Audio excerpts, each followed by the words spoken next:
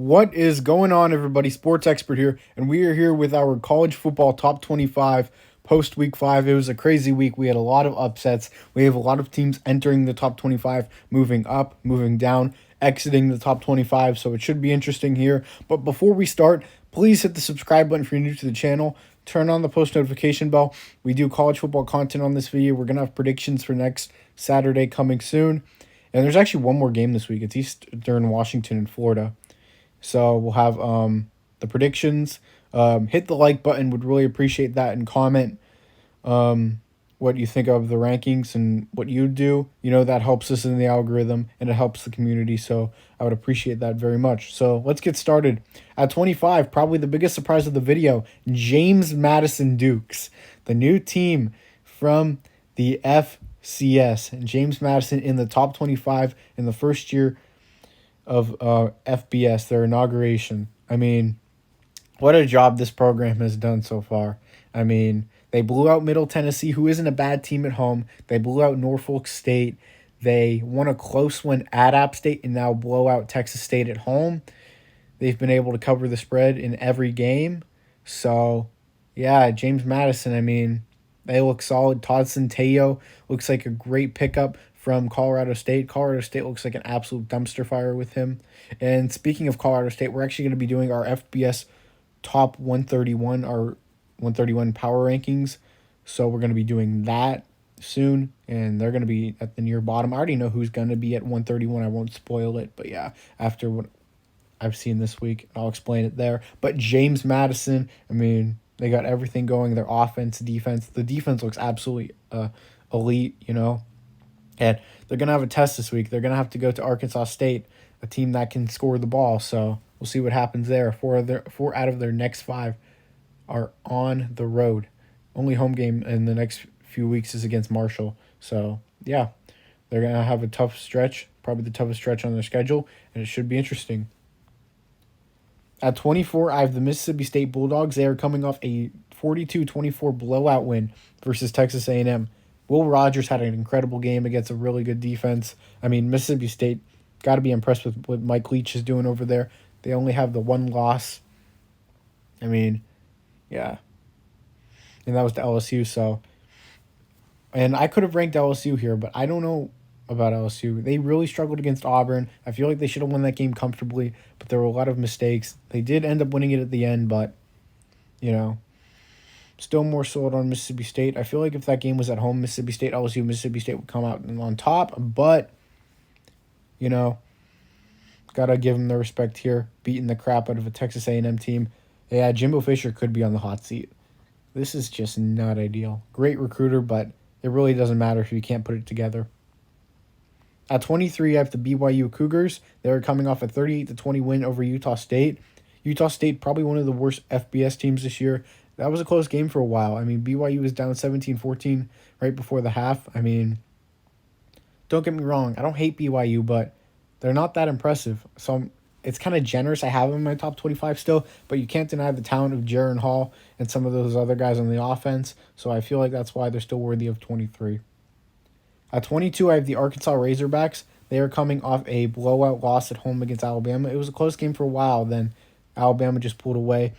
I feel like most people would have Baylor over Arkansas in their pool, but I'm going to keep Arkansas in mind just due to the fact that the schedule hasn't been too easy. They did lose to Texas A&M, which isn't a great loss, but Texas A&M's weird like that. They can they can blow out a solid team, then lose to a solid team really badly. Who knows? But, you know, KJ Jefferson just wasn't very sharp in this game, and, you know, just didn't have a ton of help, you know. It was kind of too late once Arkansas tried, you know, make a comeback. Obviously, it was without Bryce Young, but, yeah. At 21, I have the Kansas State Wildcats. I held off ranking them last week due to their loss to Tulane, but Kansas State looked very impressive at home against Texas Tech, I got to say, and Adrian Martinez has looked absolutely incredible. But the one thing that did lead me to ranking Kansas State was the resurgence of Tulane. Tulane does look like they are for real. They were able to go to Houston and win on the road with their third-string quarterback, so that was pretty impressive. That defense is a top 10, maybe even top 5 defense in the country in Tulane. I could have ranked them here, but their loss to Southern Miss is the number one reason why I don't have them in my top 25. I feel like that's kind of harsh to put a team that lost to Southern Miss in the top 25. But Kansas State, they've earned my respect. Yeah. At 20, I had the Syracuse Orange. They are coming off a blowout win versus Wagner. Not surprising they were able to beat Wagner by as many as they did. I'm not too sure what the final score was, but, Wagner lost by 59 Rutgers, assuming they'll lose by a lot to Syracuse. So, Garrett Shader was absolutely excellent. Sean Tucker, he'll post it on Twitter soon. He was probably pleased with his performance because he had a heck of a game. That's all I know. But yeah, Syracuse looks like a potential threat in the ACC for the time being. At 19, I have the Washington Huskies. They're coming off a tough 40-32 road loss against the UCLA Bruins. Did pick UCLA to win that game. And yeah, Washington's still a very solid team, but at the same time, you could argue if that game was in Washington, the Huskies pull it out, had to pick UCLA there. Michael Penix had a couple turnovers, first couple turnovers of the year for him, I believe. It wasn't the sharpest game for him. Didn't play bad, though. The Washington offensive line wasn't absolutely incredible, and, they were just a bit overmatched, especially in the secondary, which was kind of weird because I like the secondary for Washington, but, just got to fix things as they can still compete in the Pac-12 for sure. At 18, I had the Wake Forest Demon Deacons. They were coming off a nice road win at Florida State, a team a lot of people really like this Florida State Seminole team, thought they could make a statement. I did pick Wake Forest to upset Florida State, and yeah, the number one reason why is I think Jordan Travis is a good football player. I do, but the thing is he going to outscore a Sam Hartman offense? That's tough. I don't think Jordan Travis is as talented as Sam Hartman. No disrespect. I know he can run the football much better, and he's more mobile. But I just feel like Sam Hartman is just more talented. I just don't think Jordan Travis has the downfield ability to be able to, take over in a game started by an elite quarterback like Sam Hartman. So, yeah. But Wake Forest looked impressive, and, Dave Clawson, got to give him respect.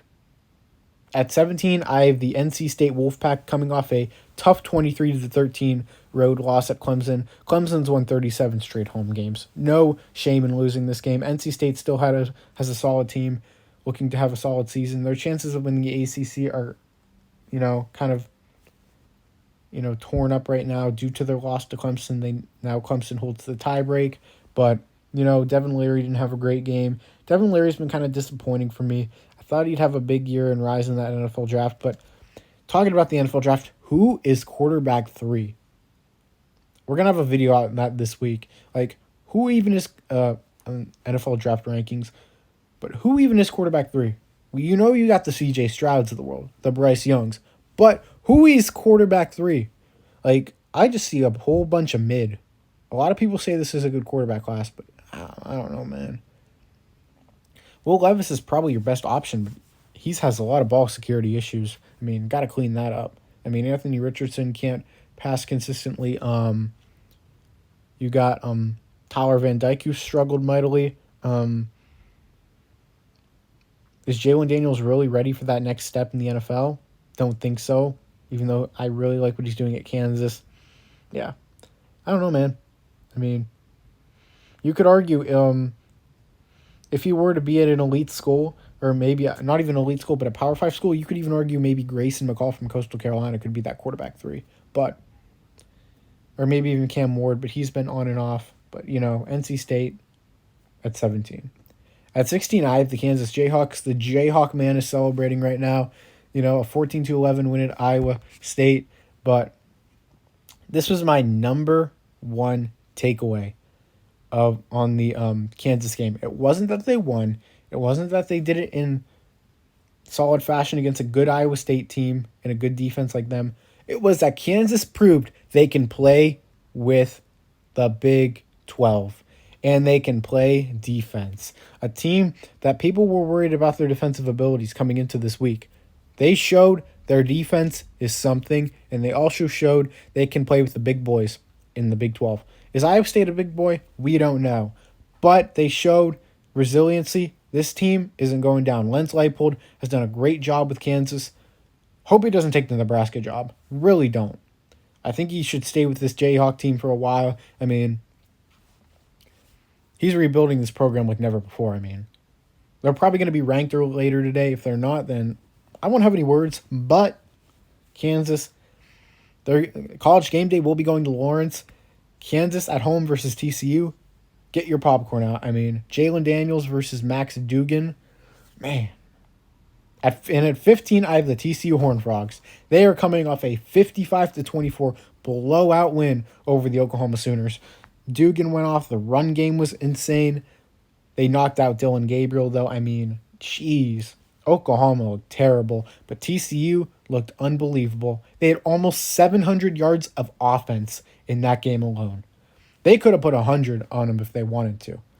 That's a fact. Oklahoma's defense was a shame.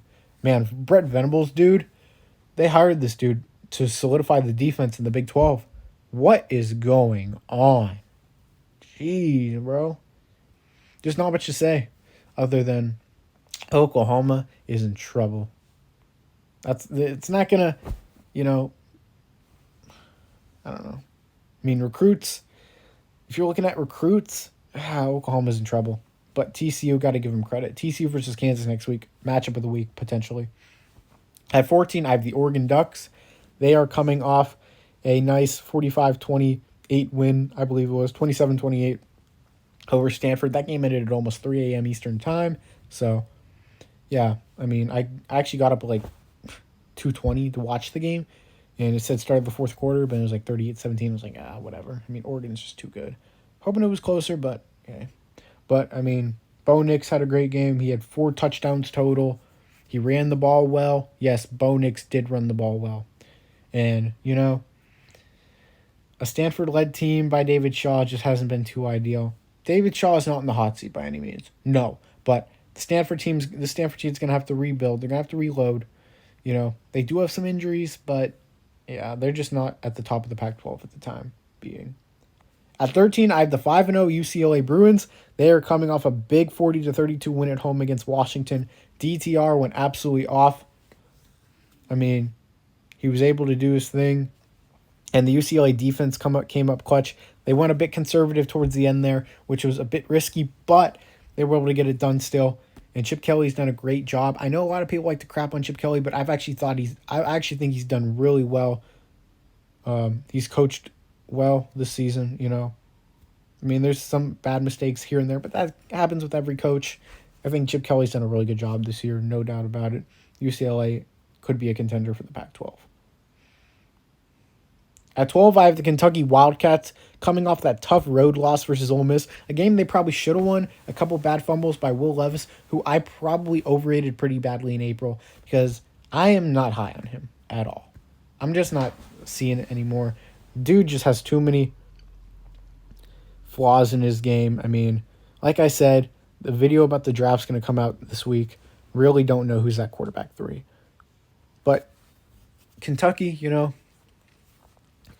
good team. Chris Rodriguez came back, dealt with an NCAA matter, missed the first 4 games.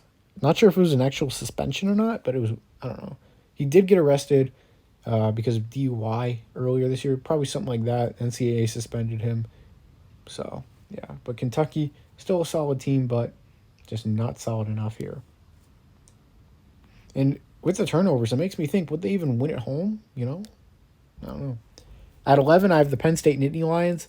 They are coming up a tough 17-7 win over Northwestern. I thought they played a little, sloppy, but the defense is the reason why I got them at 11. I think that's big.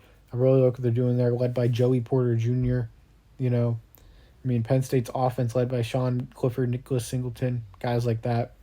Parker Washington, They're going to be a team to watch out for the remainder of the season and definitely at the top of the Big Ten. The Big Ten's probably Ohio State, Michigan State, Penn State, and who cares about the rest?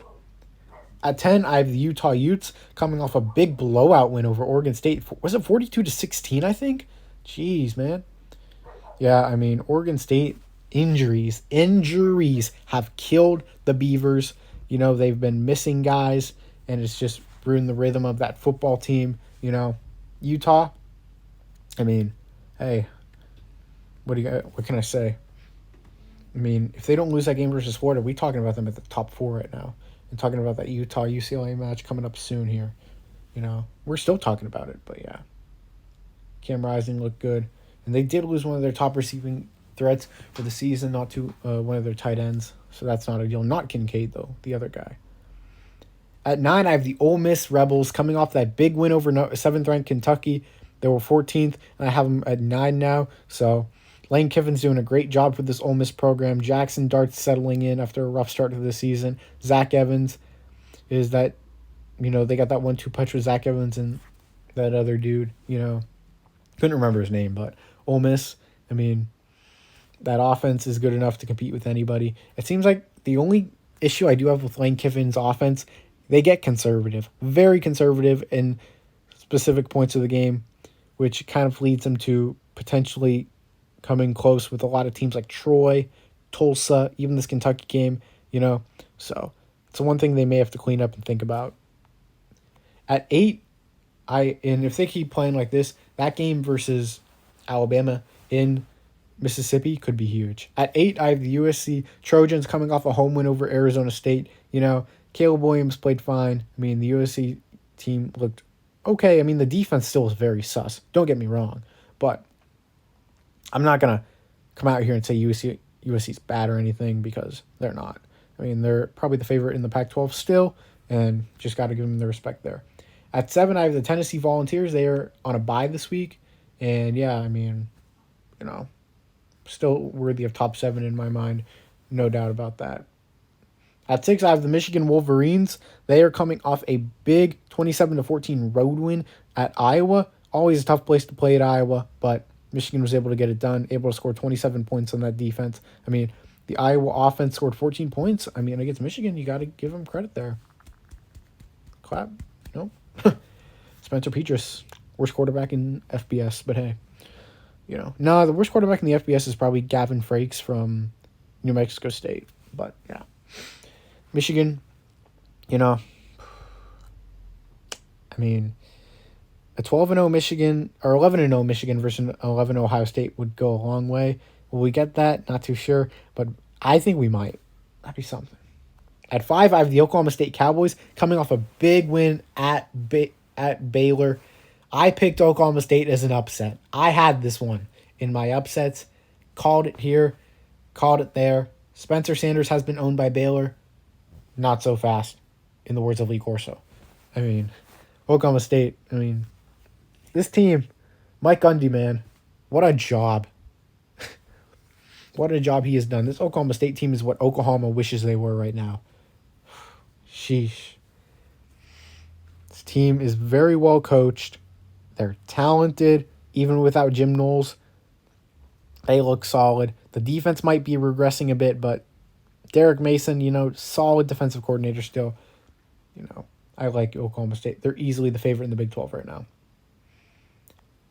Are they beatable? Yes. But do I think they beat anybody right now? Probably. At 4, I have the Clemson Tigers coming off a home win against NC State. Yeah, Clemson just doesn't lose at home. We know that. Dabo is allergic to losing at home. Their last loss was the Chris Blewett game in 2016. So, and I remember that game. I remember that game like it was yesterday because that was on my birthday 6 years ago? Yeah, 2016. But, DJ, he's looking like, is he perfect? No. But he's looking very serviceable, probably a bit better than serviceable. I think Clemson will be okay with him, and they're easily the favorite in the ACC. I thought there would be more competition in the ACC this year. Could Syracuse even be that competition? Could a team like Wake Forest step in again? I mean, Wake Forest already lost to Clemson, so that's going to be tough. So, and Pitt losing to Georgia Tech, I just don't know if I see a path of anyone else competing against Clemson. Duke is undefeated, but I don't see them competing with the Tigers. I mean, actually undefeated in conference play. Lost to Kansas, though. At 3, I have the Georgia Bulldogs coming off a very close win at Missouri, a 30-point favorite. Yeah. They were down this whole game until the fourth quarter. It's like, it Is Georgia really that impressive? They struggled against Kent State last week at home. Then they go to Mizzou and almost blow that one.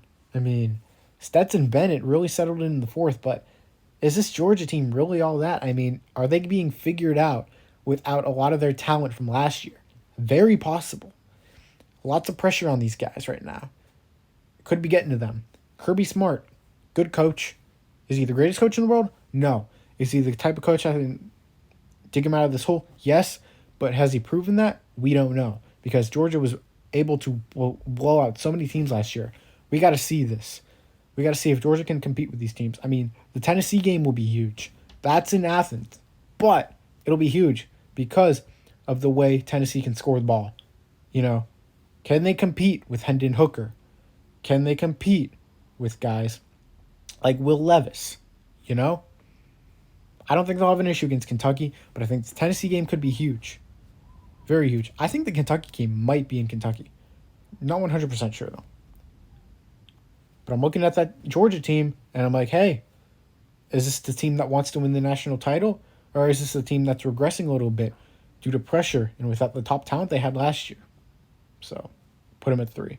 At 2, I have the Ohio State Buckeyes coming off a big win against Rutgers, 49-10. CJ Stroud did not look good in this game.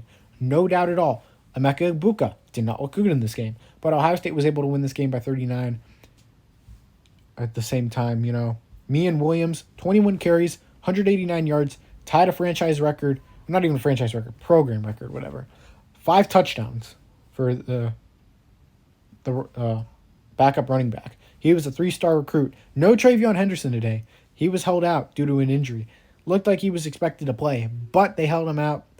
They trusted Mian Williams, and he absolutely balled. I think that's the reason why he was held out. I don't think it's anything serious with Travion, but I think Williams they have so much faith in him, and why not? And at 1, I had the Alabama Crimson Tide. Man, did they go to Arkansas without Bryce Young for most of that game and destroy them. Alabama is the best team in the country. I don't care about the Texas game. I don't care about how they played in that game or whatnot against Hudson Card. They're the best team in college football right now. That's what I'm going with right now. Georgia played close to Missouri and Kent State. Can't really put that against Alabama. You know, Alabama was at Texas. Tough place to play. Man. I mean, this Bama team, man. You know, with Bryce Young, they might be even better. If some of these receivers can step up, they're going to be tough to beat. Any team in college football is beatable this year. No doubt there. But Alabama is my number 1 team right now. They have the coaching advantage with Nick Saban, so yeah. But I appreciate everyone being here. Sports Expert here. Subscribe button if you're new. Turn on the post notification bell, please. Hit the like button. Comment what you think. I would appreciate that, guys. So yeah, I'm out, guys. Sports Expert here. Peace.